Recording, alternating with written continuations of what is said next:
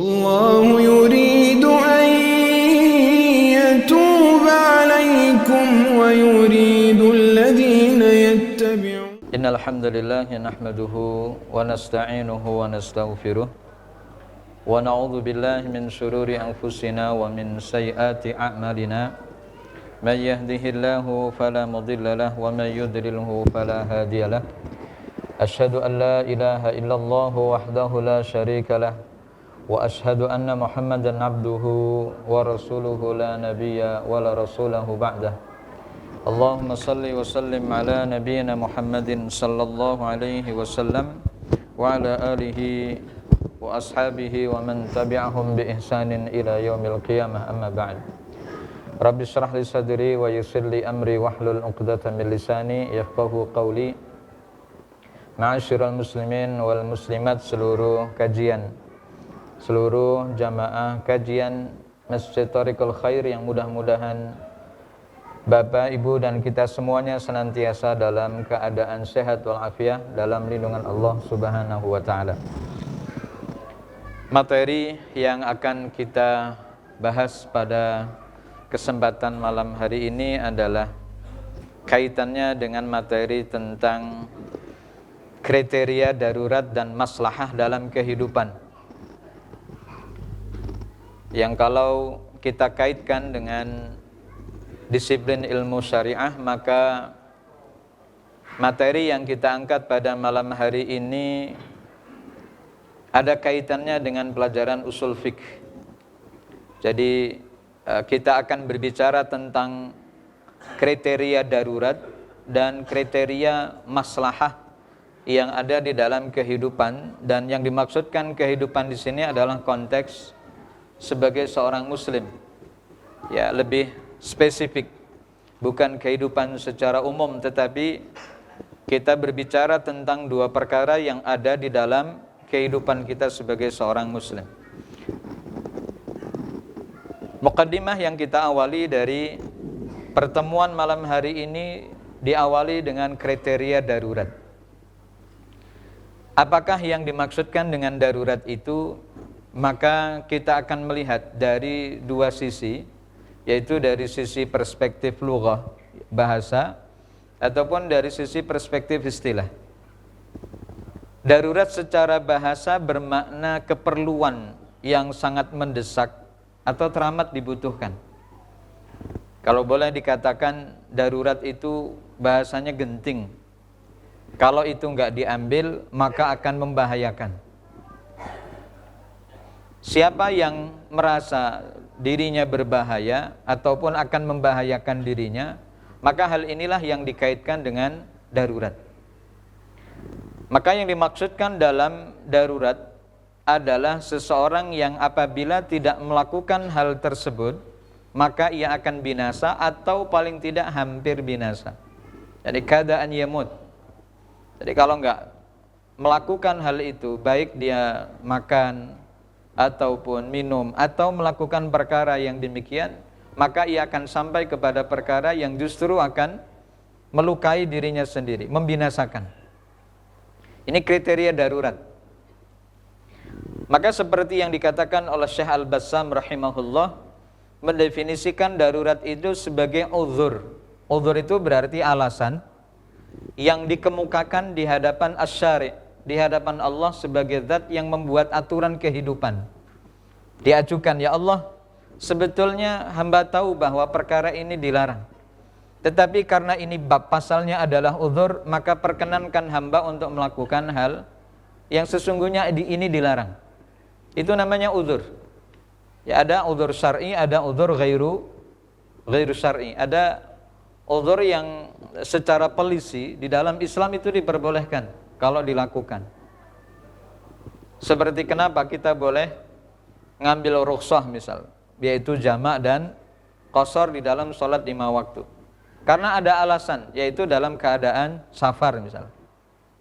Sehingga kalau tidak dalam keadaan safar, maka rukhsah itu tidak bisa diambil. Itu namanya uzur syar'i. Jadi ada perkara-perkara yang bagi kita dalam kondisi tertentu yang tidak tentu setiap saat kita boleh melakukannya, maka definisi yang dikatakan oleh Syekh Al-bassam ini dikatakan sebagai uzur yang menyebabkan bolehnya melakukan satu perkara yang dilarang. Aslinya ini ra oleh. Aslinya tidak boleh. Wijane ra oleh. Tetapi karena unsur darurat, karena terpaksa, ya bahasanya ya wes daripada rauno kan gitu ya. Daripada awakmu mati, ya boleh. Tapi hukum itu akan kembali seperti semula saat ketika hajat pentingnya sudah hilang. Maka nanti ada kriteria-kriteria, paling tidak ada 6 yang kita akan perhatikan. Kapan ketika 6 perkara itu ada, maka darurat datang. Sehingga kalau 6 perkara itu sebagai syarat untuk hadir dan datangnya darurat di dalam kehidupan kita, maka jangan gampang. Kalau dalam bahasa kita itu moro gampangi dengan menggunakan bahasa darurat lalu membolehkan diri untuk melakukan perkara yang dilarang. Padahal belum cukup syarat. Ya, inilah yang kemudian kita ingin bahas, sisi darurat yang mana sampai pada akhirnya kita diperbolehkan untuk melakukan perkara yang sebetulnya itu tidak boleh. Tidak boleh itu bukan dihukumi makruh, Pak. Dalam konteks darurat ini berseberangan dengan hukum haram. Ya kalau hanya makruh saja nggak harus darurat juga, silahkan saja dikerjakan. Tetapi tentu akan mengurangi kualitas amal. Tapi kalau sudah berbicara tentang darurat, ini face to face-nya, hukum yang berhadapan adalah dengan hukum yang memang haram hukumnya untuk dilakukan, tapi boleh dengan uzur yang disampaikan oleh Syekh Al-Bassam tadi itu. Uzur, alasan yang muncul yang pada akhirnya kita diperbolehkan untuk melakukan yang sejatinya perkara itu sebetulnya tidak boleh. Jadi ini pengertian darurat. Namanya juga darurat. Kepaksa begitu ya kalau bahasa kita. Kemudian lalu bagaimana keduanya, artinya darurat dan maslahah. Itu bisa kita gunakan dalam situasinya masing-masing. Jadi kapan kita menggunakan kata darurat dan kapan kita menggunakan kata bahwa satu perbuatan yang kita lakukan ini ada unsur maslahah yang terkandung di dalamnya. Tentu tidak boleh jauh dari nas yang sudah ada, baik itu di dalam Al-Quran maupun di dalam nas Nabi. Baik, kriteria darurat itu berdasarkan rambun nas. Nas itu berarti dalil tetap yang bersumber dari 2 asas, yaitu Quran dan Sunnah. Itu namanya nasun, pakai nun sama sad. Jadi nas itu adalah ketentuan baku yang sudah ada, tinggal kita baca, kita pelajari, lalu kita amalkan. Itu namanya nas. Jadi tidak usah golak-golek, Pak. Nggak perlu cari sana, cari sini. Tetapi nas yang dimaksudkan itu adalah bersumber dari 2 pokok, yaitu Quran dan Sunnah. Seperti yang ada di hadapan kita, kajian yang pertama adalah surah Al-Baqarah ayat yang ke-173. Apa yang Allah firmankan? Famanitturra ghaira baghin wala 'adin fala isma 'alaih. Innallaha ghafurur rahim. Ayat ini sebelumnya ada gitu ya, maka artinya ada titik-titiknya, itu berarti ayat sebelumnya masih ada. Tapi kita akan ngambil wajhul istidlalnya saja yang menjadi materi pembahasan kita. Siapa yang terpaksa tanda buka tutup kurung memakannya bukan karena menginginkannya dan tidak pula melampaui batas, sekadar cukup, ya kata cukup itu berarti ghurfatam biadi, berarti ngambil secukupnya lalu kemudian dimakan untuk hanya sekedar mempertahankan hidup di waktu itu, ya, maka tidak ada dosa baginya. Maka Allah katakan fala isma alaih. Siapa orang yang dengan bahasa terpaksa lalu kemudian dia mengambilnya bukan karena kepingin dan juga tidak melampaui batas, kriteria yang ada di dalam pemanfaatan uzur yang sejatinya ketika hal ini kita ambil, maka juga ada hal-hal yang mengikat. Apa yang mengikat? Tidak boleh berlebihan. Lalu kemudian yang kedua, ghurfatam biadi. Ya, ghurfatam biadi itu ya berarti secukupnya saja, tidak perlu menimbun untuk besok. Besok lain lagi ceritanya. Apa yang bisa kita lakukan hari itu yang di saat itu kita tidak menemukan perkara lain, dari perkara yang dihalalkan kecuali yang ada di hadapan kita adalah perkara yang haram, ya sudah, berarti tidak ada pilihan lain. Berarti ada juhud, kesungguhan untuk bisa mendapatkan alternatif terlebih dahulu sebelum sampai kepada bab darurat. Ya, seperti halnya kita ambil tayamum gitu. Ini belum bisa sampai kepada kata rukhsah, boleh bertayamum dengan menggunakan debu yang suci kalau kita belum mencari air di tempat yang lain. Jenengan ke Masjid Thariqul Khair, terus rawono banyu, wis tayamum aja gitu. Udah tayamum aja gitu. Padahal di sebelah-sebelahnya tidak ada masalah. Udzur itu belum dikatakan sebagai udzur syar'i. Karena apa? Sekitaran Masjid Thariqul Khair itu belum krisis air. Kita masih bisa minta air ke tetangga yang ada di sekitaran masjid. Kalau ternyata di sekitaran masjid pun sudah tidak ada, maka hal yang demikian baru masuk ke dalam bab darurat. Orang sakit dalam keadaan di ICU, tidak bisa kemana-mana, maka alternatifnya adalah dengan cara ya tayamum. Maka hal-hal yang demikian ada perkara-perkara yang kadang-kadang boleh, kadang-kadang tidak boleh. Ini masuk ke dalam bab darurat. Yang kalau ini tidak dilakukan, maka tentu akan dampaknya jauh lebih besar. Sementara di ICU kan banyak orang yang kemudian alatnya harus dipasang di mana-mana. Di perut, di dada, itu di tangan. Untuk apa? Melihat progres, perkembangan dari si pasien. Jantungnya, daleman yang lain-lainnya. Apakah ada perkembangan atau justru ada penurunan. Maka ketika alat-alat itu masih nempel di alat pasien yang ada pada diri pasien, maka hukum darurat itu bisa berjalan kepada yang bersangkutan. Karena tidak menemukan celah lain kecuali dia ngambil rukhsah. Itu yang disebut dengan darurat. Yang kedua, kita ambil dari sabda Rasul sallallahu alaihi wasallam. Dari Abu Hurairah, beliau berkata, "Jaa rajulun ila Rasulillah sallallahu alaihi wasallam, faqala ya Rasulullah, ara'aita in jaa rajulun yuridu akhdha mali, qala fala tu'tihi malak. Qala ara'aita in qatalani, qala qatilhu." Itu perintah Nabi. Qala ara'aita in qatalani, qala fa anta syahidun. Qala ara'aita in qataltuhu, qala huwa finnar. Ara'aita in qataltuhu, qala huwa finnar. Artinya apa? Dari Abu Hurairah radhiyallahu anhu, ia berkata, ada seorang laki-laki datang kepada Rasul sallallahu alaihi wasallam untuk konsultasi hukum. Apa kata beliau? Ara'aita itu bahasa kita itu apa pendapat jenengan? What do you mind lah, ngoten nggih bahasa Inggrisnya. Apa pandanganmu jika ada seorang laki-laki datang ingin ngambil hartaku? Entah dengan cara mencuri atau dengan cara merampas. Beliau menjawab, jangan kau berikan hartamu kalau dia datang dengan cara yang tidak baik, yaitu dengan cara merampas. Datang ke rumah lalu nodongin senjata, lalu kemudian serahkan hartamu begitu. Apakah kemudian saya harus berikan kepadanya? Maka laki-laki itu ya berkata, bagaimana pendapatmu jika ia menyerangku? Beliau menjawab, lawan dulu. Itu kalau kita berani.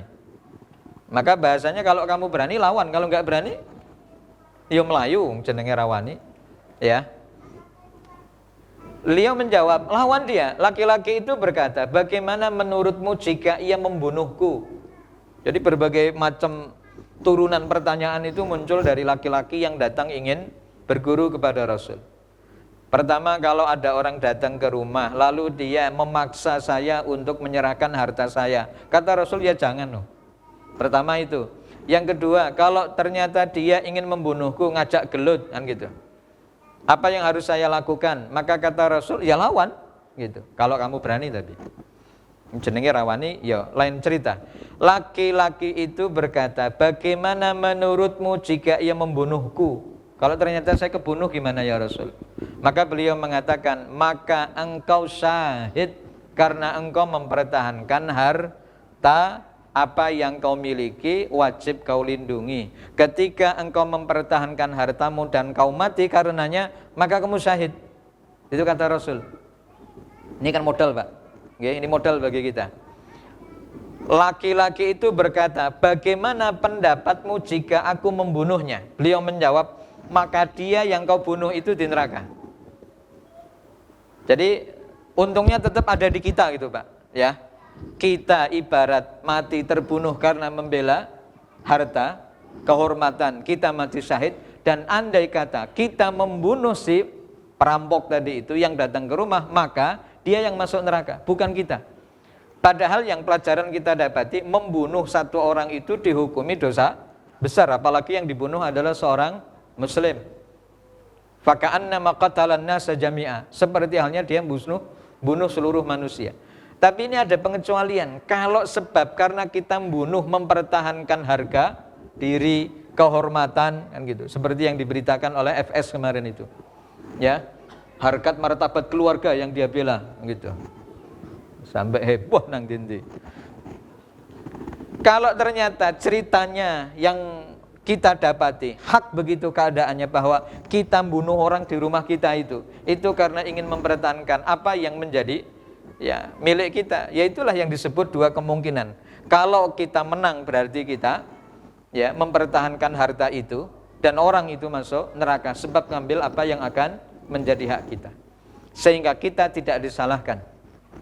Bapak Ibu, dari dua dalil yang kita dapati dari Al-Baqarah 173 dengan hadis dari Abu Hurairah, wajhul istidlalnya di mana? Artinya intisari dalil untuk kita ambil serapan hukumnya itu dari mana? Dari kalimat mana? Yang pertama dari Al-Baqarah tadi itu. Yang mana? Dari kalimat famaniturra, siapa yang terpaksa, ghairu baghin, dengan tidak ngerasa kita menginginkannya, wala adin, dan juga enggak sengaja, fala isma alaih, maka dia tidak dosa. Lalu kemudian yang kedua, ya wajhul istidlal, bahwa orang yang mempertahankan harga diri dan martabatnya tidak dianggap berdosa adalah dianggap dari kalimat in jaa rajulun yuridu akhdamali. Jadi wajhul istidlalnya ada pada kata akhdamali.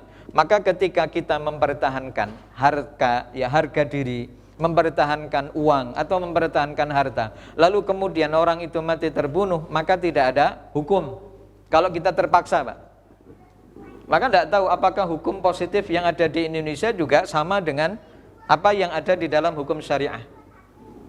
Kalau ada maling masuk ke rumah kita, lalu kemudian kita bunuh, kira-kira kita salah atau enggak? Kita masuk penjara enggak? Masuk ya? Oh, masuk ya? Lah kalau yang cerita di Lombok itu yang dibegal, lalu justru yang dibegal itu yang mati, kan dia nggak masuk penjara kan? Masuk kan terus metu, Pak. Tapi terus nggak melebu lagi.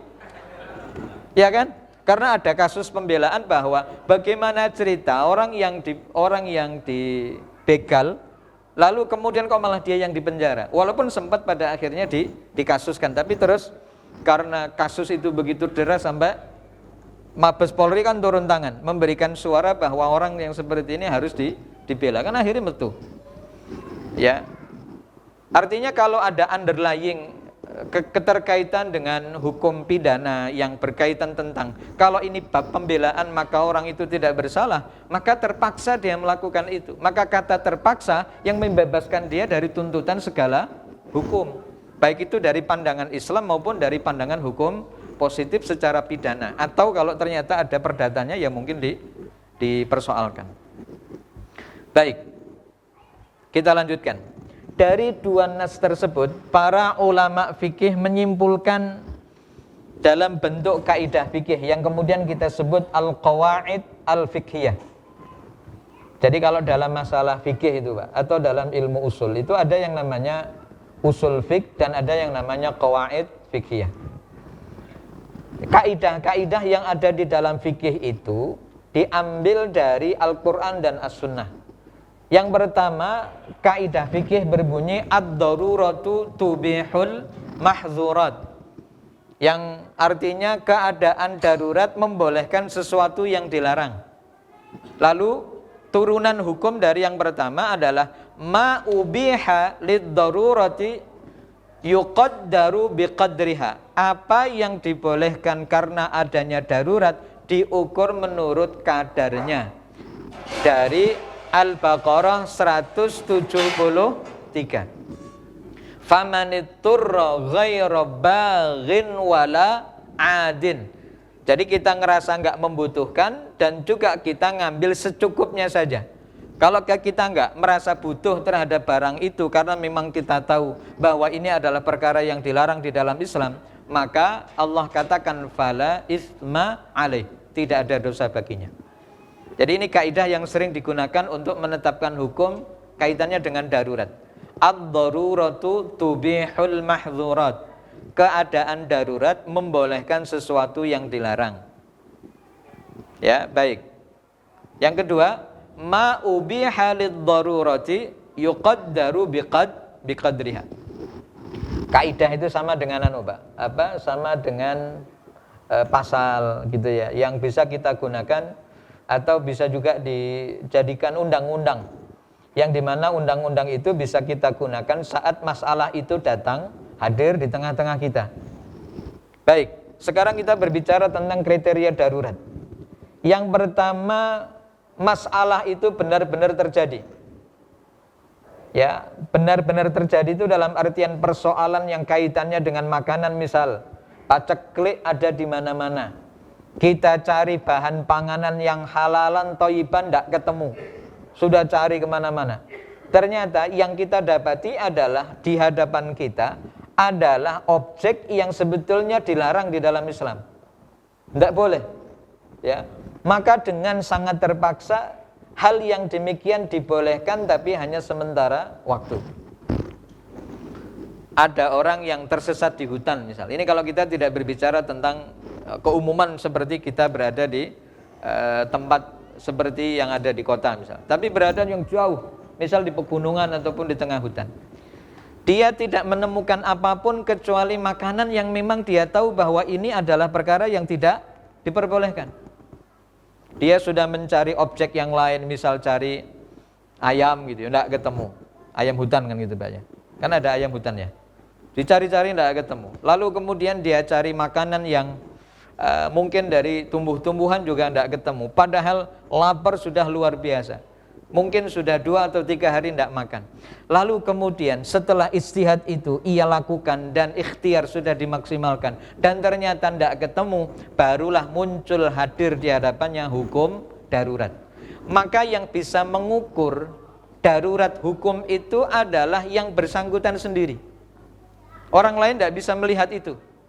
Sama seperti ketika kita memaksimalkan diri untuk bisa melihat aina nattajihul qiblah, di mana kita menghadap kiblat sementara kita tidak punya kompas, kita tidak punya arah. Tetapi setelah kita beristihad, kira-kira arah kiblat di tempat terbuka, yang itu daerah baru, ke sana gitu. Tapi setelah sholat ternyata salah. Sehingga setelah selesai kita mengerjakan sholat, hal yang demikian tidak akan menggugurkan kewajiban kita yang sudah dilaksanakan. Atas ketidaktahuan, atas kedaruratan hukum yang kita dapati, maka hal yang demikian fala isma alaih, tidak ada dosa. Misal ada, kita sebutkan contoh, misal ada ular yang kemudian terpaksa gitu, kalimat terpaksa, darurat harus dia makan karena tidak menemukan objek makanan yang lain, maka mengkonsumsi barang yang demikian tadi itu sebetulnya nggak boleh.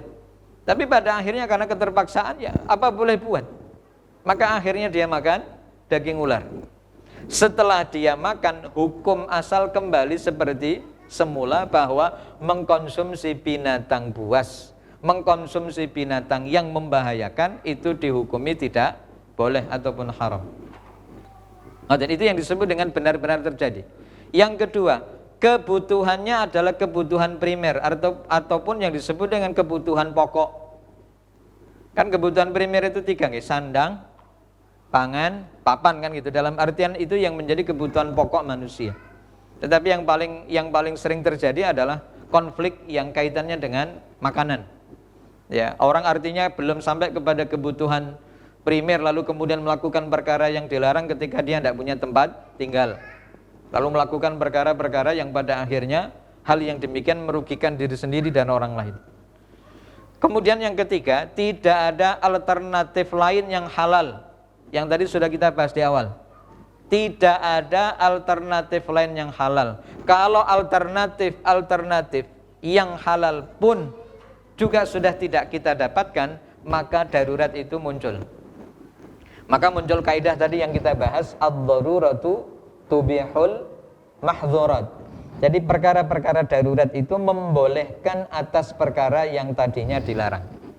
1, 2, 3 itu baru saling melengkapi.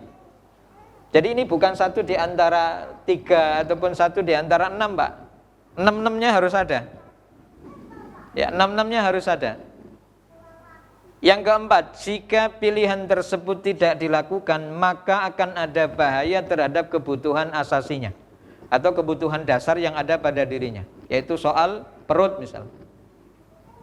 Ini kan kebutuhan dasar. Kalau dia tidak makan, maka dia lemes. Kalau dia lemes, dia tidak bisa lanjut perjalanan misal. Sementara dia tersesat di tengah hutan. Kalau tadi yang kita contohkan, bagaimana ada orang yang harus survival di tengah hutan dan dia tidak membawa cukup bekal makanan. Perbekalan habis. Ya, perbekalan habis. Dan dia cari hal-hal yang kaitannya dengan bahan makanan yang halal di tengah hutan sudah nggak dapat. Maka tadi yang kita bicarakan, darurat atau tidaknya hukum yang bisa dia terapkan hanya dia yang tahu, baru kemudian apa yang dia lakukan bisa dipertanggungjawabkan. Kemudian yang kelima, tidak boleh menyalahi prinsip-prinsip dasar Islam seperti melakukan dosa besar. Ya, prinsip-prinsip di dalam Islam itu adalah kaitannya dengan maqasidus syariah yang nanti kita bahas pada maslahah ataupun pada kebaikan yang nanti kita akan ambil. Dibolehkan sementara, jika kondisinya normal maka kembali menjadi haram ataupun dilarang. Itu namanya darurat.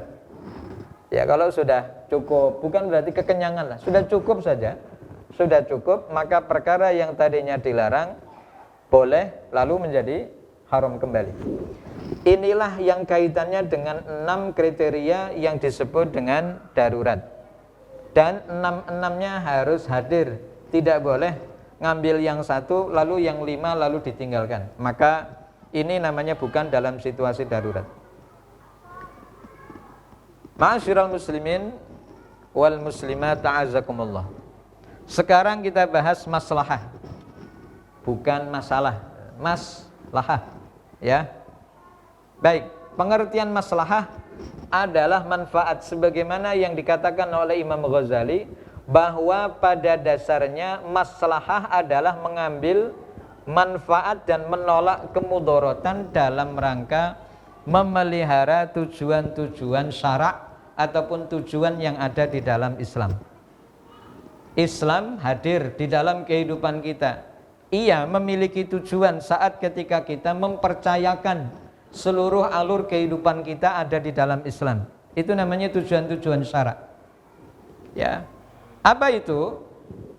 Sesuatu bisa kita katakan maslahah apabila 1 menjadi bagian dari salah satu maqasid syariah.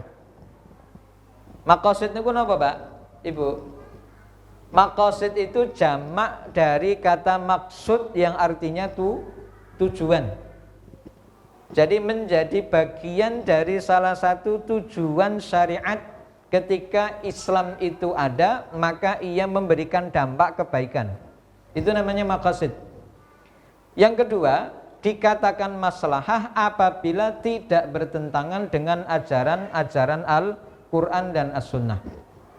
Jadi kadang baik menurut manusia, tapi ternyata dalam pandangan Allah dan Rasulnya tidak baik. Maka itu bukan maslahah. Ya, itu bukan kebaikan namanya. Kebaikan itu harus seimbang, harus sama sesuai dengan apa maqalallahu wa maqala Rasul. Yang ketiga, tidak bertentangan dengan maslahah yang lebih besar. Jenengan duit. Ini contoh yang nomor 3. Lalu pengen umroh, gitu ya, pengen umroh. Tapi di saat bersamaan jenengan duwe utang, punya utang. Dan kemudian ada orang yang sudah datang pengen nagih hutang itu. Mana yang harus didahulukan? Kan gitu. Mana Pak yang didahulukan? Berangkat umroh pembayar utangnya? Atau dua-duanya? Nah iso dua-duanya ya. Tapi kalau disuruh memilih, maka mendahulukan bayar utang itu adalah sesuatu yang bersifat wajib. Maka ini yang disebut dengan maslahah. Walaupun umroh juga perkara yang diwajibkan sekali seumur hidup menurut pendapat para ulama. Seperti halnya haji. Contoh kedua misal, ini ada haji nazar, ini ada haji rukun Islam misal. Atau haji Islam begitu, boleh dikatakan begitu. Yang artinya berangkatnya seseorang ke tanah suci itu bukan karena nazar, tetapi satu kewajiban ketika dia sudah mampu untuk melaksanakannya. Maka mana yang didahulukan?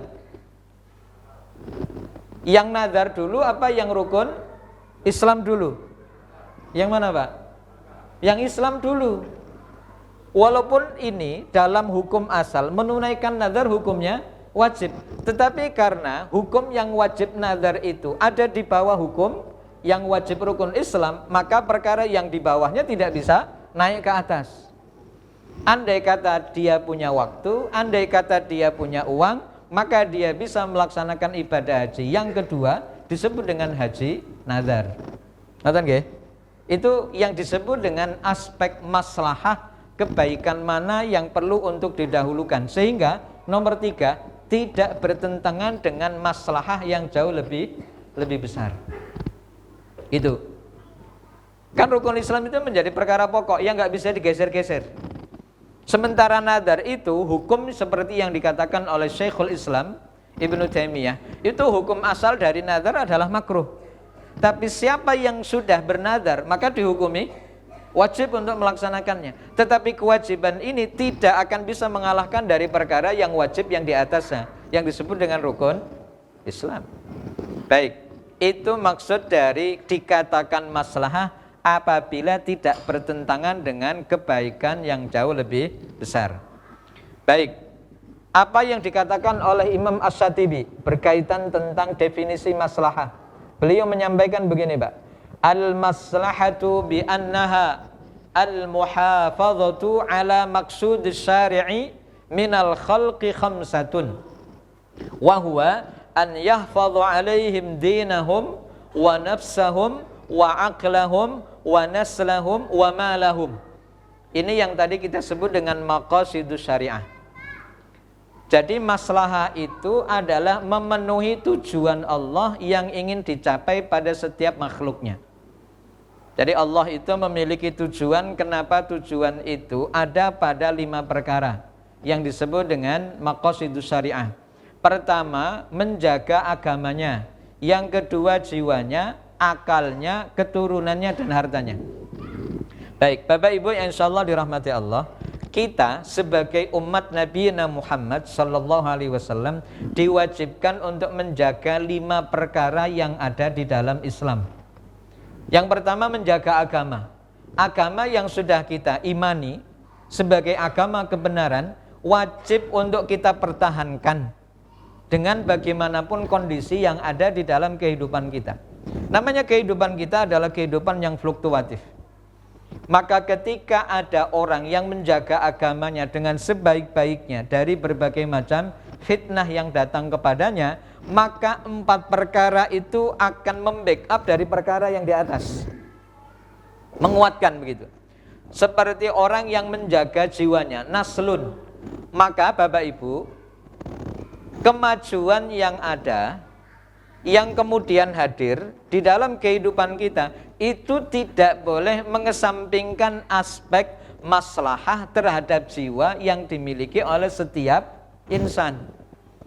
Ada kemajuan teknologi, kemajuan persenjataan, kemajuan-kemajuan yang kita dapati, jangan sampai melalaikan dampak positifnya. Ya, seperti atom yang kemudian diciptakan oleh manusia. Sebetulnya kalau itu digunakan untuk kebaikan, maka akan hadir banyak maslahah, seperti pembangkit listrik tenaga atom. Tapi kalau atom digunakan untuk menghancurkan manusia, sak negara iso hancur, Pak. Seperti Korea Utara yang kemudian ngeden-ngedeni wong kan gitu ya. Bahwa sekali pencet tombolnya maka sudah sampai ke Amerika, ya Kim Jong Un ya.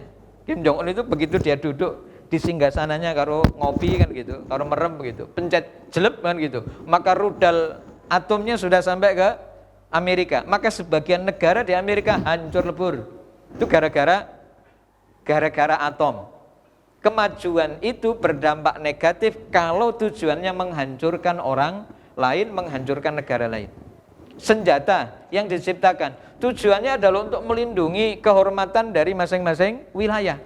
Tapi kalau pada akhirnya senjata itu digunakan untuk menjajah, seperti yang dilakukan oleh orang-orang Israel, yang sampai pada akhirnya negara Palestina belum merdeka sampai hari ini, menjadi pengungsi di negaranya sendiri, itu sebab karena kemajuan teknologi yang mereka miliki, menghadirkan dan menciptakan teknologi alat-alat yang super canggih. Bahkan dikatakan alat tempur yang digunakan atau yang dimiliki oleh Israel konon katanya sebagai alat yang paling canggih dibandingkan dengan negara lain. Ini yang dimaksudkan dengan aspek maslahah yang tidak tersampaikan. Sebegitu juga akal. Akal itu wajib untuk dilindungi dari perkara-perkara yang merusak. Maka akan muncul hukum turunan-turunan di bawahnya, Pak. Kenapa Islam melarang kita untuk tidak boleh minum khamar? Kenapa kita tidak boleh mengkonsumsi narkotika atau yang disebut dengan mirasantika, minuman keras dan narkotika. Kama qala al-Ustadz Roma Irama, ya ini ada wa. Nah, mirasantika terlalu.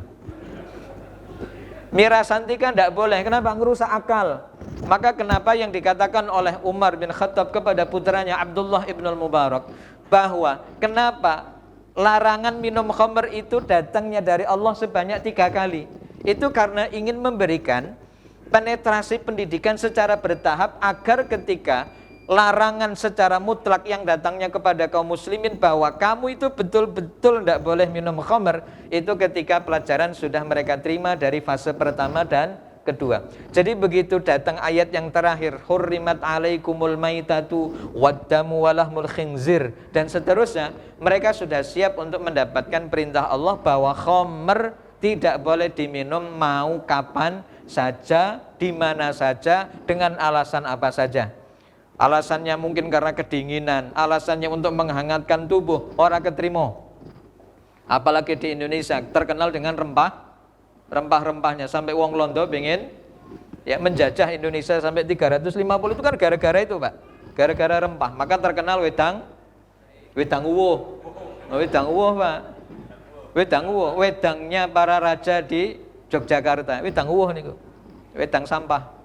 Wong kaya sampah tapi ternyata berkhasiat. Ada jahe, ada napa meleh, Pak? Temulawak, temu ireng barang ya. Artinya bahwa itu menjadi solusi. Begitu solusi itu ada, maka haram hukumnya untuk mengkonsumsi khamr. Walaupun dengan alasan ekstrim bahwa ini dinginnya luar biasa, Pak. Di Indonesia tidak begitu. Apalagi ini adalah iklim tropis. Ya, baik, kita tambah 2 menit. Sebagaimana yang kemudian kita dapati, Bapak Ibu yang insyaallah dirahmati Allah, keturunan itu juga wajib ada di dalamnya aspek maslahah, aspek kebaikan. Maka muncul hukum turunannya. Kenapa Allah mengharamkan zina? Allah menghalalkan pernikahan. Itu supaya bisa menjaga keturunan-keturunan yang lahir dari rahim seorang perempuan dengan sebutan ibnul halal, bukan ibnul haram. Maka yang dilihat anak yang lahir itu adalah prosesnya, sebelum akad atau sesudah akad. Kalau terjadi proses pembuahan sebelum akad, itu namanya ibnu zina. Tapi kalau kemudian anak itu ada dan setelah akad, itu baru disebut dengan ibnul halal. Maka muncul kaitannya dengan turunan, bolehnya seorang laki-laki menjadi wali untuk anak perempuannya. Muncul turunan, ada hukum saling mewariskan di antara bapak sama anak. Tapi kalau kemudian anak itu lahir dari hasil pernikahan ghairu sahih gitu, yang tidak halal, yaitu dengan cara berzina, maka tidak ada hak di antara keduanya, tidak saling mewariskan antara bapak sama anak. Bapak tidak bisa memberi wali kepada anak perempuannya. Se-ekstrim itu, Pak, hukumnya. Jadi kalau ada anak perempuan yang dilahirkan dari hasil perzinahan, maka begitu nanti dia mau nikah, bapaknya tidak bisa jadi wali, walaupun itu adalah bapak biologisnya. Karena yang dilihat adalah proses terjadinya anak itu sebelum atau sesudah akad. Sedemikian itu yang perlu diperhatikan di dalam Islam untuk menjaga nilai-nilai maslahah, nilai kebaikan. Kenapa Allah mengharamkan zina? Supaya kehormatan dari semuanya itu terlindungi. Yang laki-laki terhormat, yang perempuan terhormat, anak-anaknya semuanya memiliki izzah. Dia mewariskan, dia diwariskan, dia mendapatkan ini, dia mendapatkan itu. Inilah yang disebut dengan hukum turunan dari maslahah. Ketika kita bisa menjaga keturunan, sebagaimana harta juga ada kaitannya dengan kebaikan itu. Maka kenapa kita tidak boleh mencuri barang orang lain? Lalu kenapa ada hukum turunan yang juga muncul dari hifdzu al-mal, menjaga harta, dengan cara memberikan zakat, memberikan infak, supaya kita bisa berbagi atas apa yang sudah Allah berikan kepada kita, mengikis sifat-sifat bakhil. Maka orang yang tidak mau zakat itu sudah dipastikan orang itu adalah orang yang bakhil, yang dimana dampaknya bukan hanya akan Allah berikan di dunia, tapi Allah akan berikan kelak di hari yaumul qiyamah. Sayutawwaquna ma bakhilu bihi yaumul qiyamah. Maka harta yang dipelitkan karena nggak mau dikeluarkan akan digantungkan di lehernya. Itu dampak dari apa yang dilakukan oleh orang-orang yang tidak menjalankan nilai-nilai kemaslahatan dari harta yang Allah titipkan. Ini yang dimaksudkan dengan maslahah, yaitu kebaikan yang bersifat universal yang dirasakan untuk diri dan orang lain. Bapak Ibu yang insyaallah dirahmati Allah, inilah ya pertemuan kita yang cukup singkat, tapi mudah-mudahan memberikan ya pengertian kepada kita, walaupun mungkin tidak banyak, tetapi yang sedikit ini mudah-mudahan memberikan nilai maslahah, menambah keilmuan yang kita dapati untuk memahamkan diri apa itu darurat dan apa itu maslahah. Mudah-mudahan ada manfaatnya, dan kita tutup dengan doa kafaratul majlis. Subhanakallahumma bihamdik asyhadu an la ilaha illa anta astaghfiruka wa atubu ilaik. Wassalamualaikum warahmatullahi wabarakatuh. والله يريد أن يتوب عليكم ويريد